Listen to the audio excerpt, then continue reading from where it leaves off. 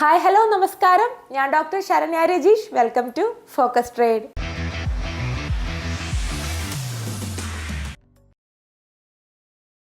അപ്പോൾ നമ്മൾ ഫണ്ടമെൻ്റൽ അനാലിസിസിനെ കുറിച്ചിട്ട് ഫസ്റ്റ് ഒരു വീഡിയോ ചെയ്തിട്ടുണ്ട്. അപ്പോൾ ആ വീഡിയോ ചെയ്തപ്പോൾ തൊട്ട് എന്നോട് കുറേ പേര് പറയുന്നതാണ് അതിൻ്റെ ഒരു സെക്കൻഡ് പാർട്ട് ചെയ്യുമോ, അതൊന്ന് ഉടനെ ചെയ്യുമോ എന്നൊക്കെ. അങ്ങനെ 2-3 പേരായിട്ട് ഇപ്പോൾ നിരന്തരമായിട്ട് എനിക്ക് മെസ്സേജ് അയക്കുന്നുണ്ട് സെക്കൻഡ് പാർട്ട് ചെയ്യോ ഇല്ലയോ എന്നൊക്കെ.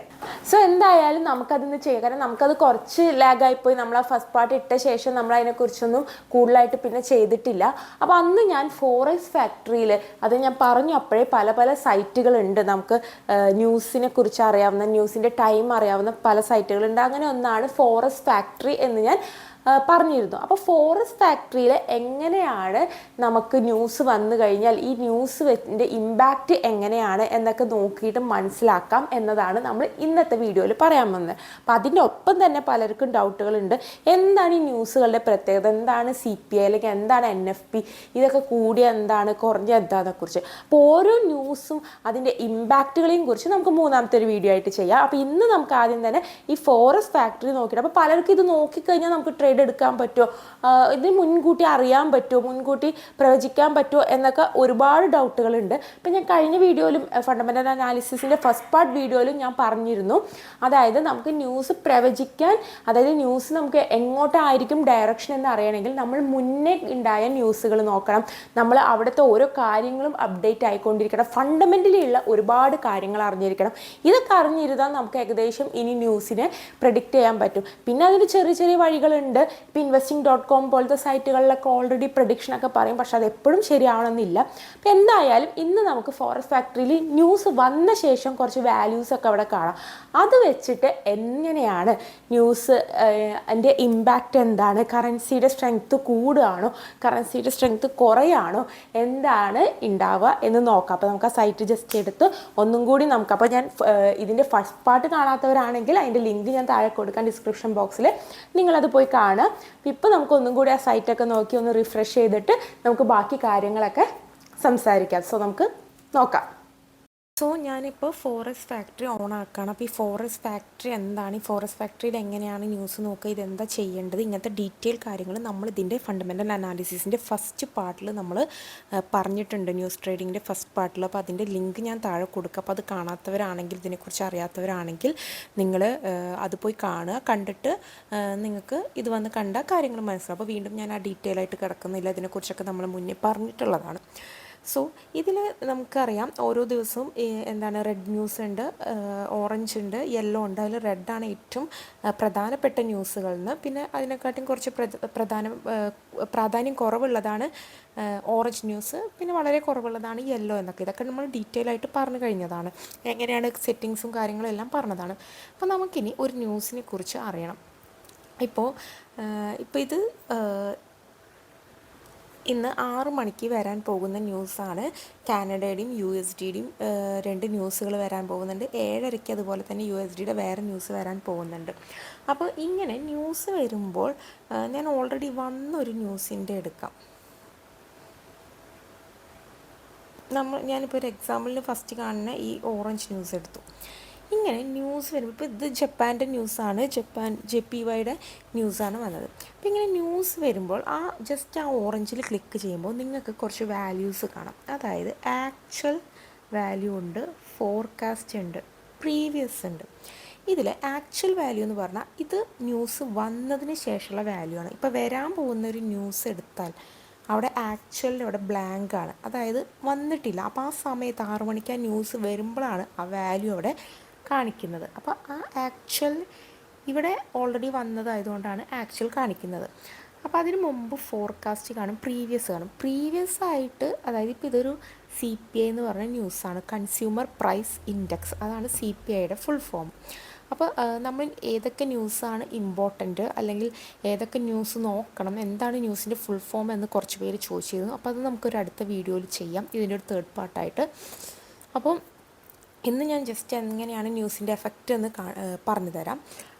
അപ്പോൾ ഇത് ഈ കൺസ്യൂമർ പ്രൈസ് ഇൻഡെക്സ് വന്നിട്ടുണ്ട്. അത് മുന്നേ 3.2 ആയിരുന്നു. ഇനി ഇവർ പ്രതീക്ഷിക്കുന്നത്, അതായത് 2.9% ആയിരിക്കും ഇനി പോകുന്നത്, അതായത് കുറവ് കഴിഞ്ഞ പ്രാവശ്യത്തിനെക്കാട്ടും കുറവായിരിക്കും വരാൻ പോകുന്നത് എന്നാണ് പ്രതീക്ഷിക്കുന്നത്. ഇനി വന്നു കഴിഞ്ഞാൽ ഞാൻ നേരത്തെ പറഞ്ഞു ഇതാദ്യം ഉണ്ടാവില്ല, ന്യൂസ് വരുമ്പോൾ കാണിക്കുന്നതാണ്. അതാണ് ആക്ച്വൽ വാല്യൂ, അതായത് ഇപ്പോഴത്തെ വാല്യൂ എത്രയാണ് എന്നത്. നമ്മൾ നോക്കേണ്ടത് ഈ ആക്ച്വലും അതുപോലെ തന്നെ ഈ ഫോർകാസ്റ്റുമാണ് നമുക്ക് ഇമ്പോർട്ടൻ്റ് ആയിട്ട് നോക്കേണ്ടത്. അപ്പോൾ നമ്മൾ നോക്കുമ്പോൾ ഈ ആക്ച്വൽ വന്നു, ആക്ച്വൽ എന്നുള്ളത് 3 ഫോർകാസ്റ്റ് എന്നുള്ളത് 2.9 ആണ്. അതായത് ആക്ച്വലിൻ്റെ വാല്യൂ ആണ് ഇവിടെ കൂടുതൽ. ആക്ച്വൽ ഗ്രേറ്റർ ദാൻ ഫോർകാസ്റ്റ്, ആക്ച്വലിൻ്റെ വാല്യൂ ആണ് കൂടുതൽ. അങ്ങനെയാവുമ്പോൾ അത് കറൻസിക്ക് ഗുഡാണ്, ഗുഡ് ഫോർ കറൻസി എന്ന് പറയും, കറൻസിക്ക് ഗുഡാണ്. അപ്പോൾ അതായത് ജാപ്പനീസ് യെന്നിന് JPYക്കാണ് അത് ഗുഡ്. അതായത് നമ്മുടെ ഈ ആക്ച്വൽ വാല്യൂ ഫോർകാസ്റ്റിനെക്കാട്ടും കൂടുതലാണ്. വിചാരിച്ചത് 2.9 ആണ്, പക്ഷെ വന്നപ്പോൾ 3 ആയി. അപ്പോൾ എല്ലാവരും എന്ത് ചെയ്തു, കറൻസിക്ക് ഗുഡ് എന്ന് പറഞ്ഞു കഴിഞ്ഞാൽ ആ കറൻസി മുകളിലോട്ട് പോകും, JPYയുടെ വാല്യൂ മുകളിലോട്ട് പോകും. അങ്ങനെ JPYയുടെ വാല്യൂ മുകളിലോട്ട് പോകുമ്പോൾ എന്ത് സംഭവിക്കും? ഇപ്പോൾ JPY ഉള്ള ഒരു പെയറാണ് USD JPY എന്നുള്ളത്. JPYയുടെ വാല്യൂ മുകളിലോട്ട് പോകും. അപ്പം മൊത്തത്തിൽ USD JPYക്ക് എന്ത് സംഭവിക്കും? അത് താഴോട്ട് വരും. ഇത് ഇങ്ങനെ ഓർത്തിരുന്നാൽ മതി, JPY രണ്ടാമതല്ലേ കിടക്കുന്നത്. അപ്പോൾ JPY രണ്ടാമത് കിടക്കുമ്പോൾ അതിൻ്റെ വാല്യൂ മുകളിലോട്ട് പോകുമ്പോൾ മൊത്തത്തിൽ ഈ USD JPY എന്നുള്ളത് അതിൻ്റെ ചാർട്ട് നോക്കിക്കഴിഞ്ഞാൽ അത് താഴോട്ടായിരിക്കും വന്നിട്ടുണ്ടാവുക. ഇപ്പോൾ ഇവിടെ നോക്കുക, USDയുടെ കൺസ്യൂമർ സെൻറ്റിമെൻറ്റ് വരാനുണ്ട് 7:30. USDയുടെ കൺസ്യൂമർ സെൻറ്റിമെൻറ്റ് വരുമ്പോൾ ഞാൻ ഈ വീഡിയോ എടുക്കുന്ന ദിവസം 7:30 അത് വരാനുണ്ട്. ഇവിടെ ഫോർകാസ്റ്റ് കൊടുത്തിരിക്കുന്നത് 72.6 വരുന്നതാണ്. ഈ ആക്ച്വൽ നമുക്കറിയില്ല 7:30ക്കാണ് വരിക. അപ്പോൾ നമ്മൾ ആ 7:30 ആയപ്പോൾ ഫോറക്സ് ഫാക്ടറി എടുത്തു. ഫോറക്സ് ഫാക്ടറി എടുത്തിട്ട് നമ്മൾ നോക്കുമ്പോൾ വന്ന വാല്യൂ എന്ന് പറയുന്നത് ഒരു 74 ആണെന്ന് വിചാരിക്കുക. അപ്പോൾ എന്താണ്, ആക്ച്വൽ ഗ്രേറ്റർ ദാൻ ഫോർകാസ്റ്റ് അല്ലേ, നമ്മൾ 74 ആണെന്ന് വിചാരിക്കുക. അപ്പോൾ ആക്ച്വൽ വാല്യൂ ആണ് കൂടുതൽ വന്നത്, actual greater than forecast, actual value ആണ് ഫോർകാസ്റ്റിനെക്കാട്ടും വലുത് വന്നത്. അപ്പോൾ ആ കറൻസിക്ക് സ്ട്രെങ്ത് കൂടും, ആ കറൻസിക്ക് നല്ലതാണ്. അപ്പോൾ USDക്ക് മുകളിലോട്ട് പോവും. അപ്പോൾ എന്ത് സംഭവിക്കും, നമ്മൾ USD വരുന്നത്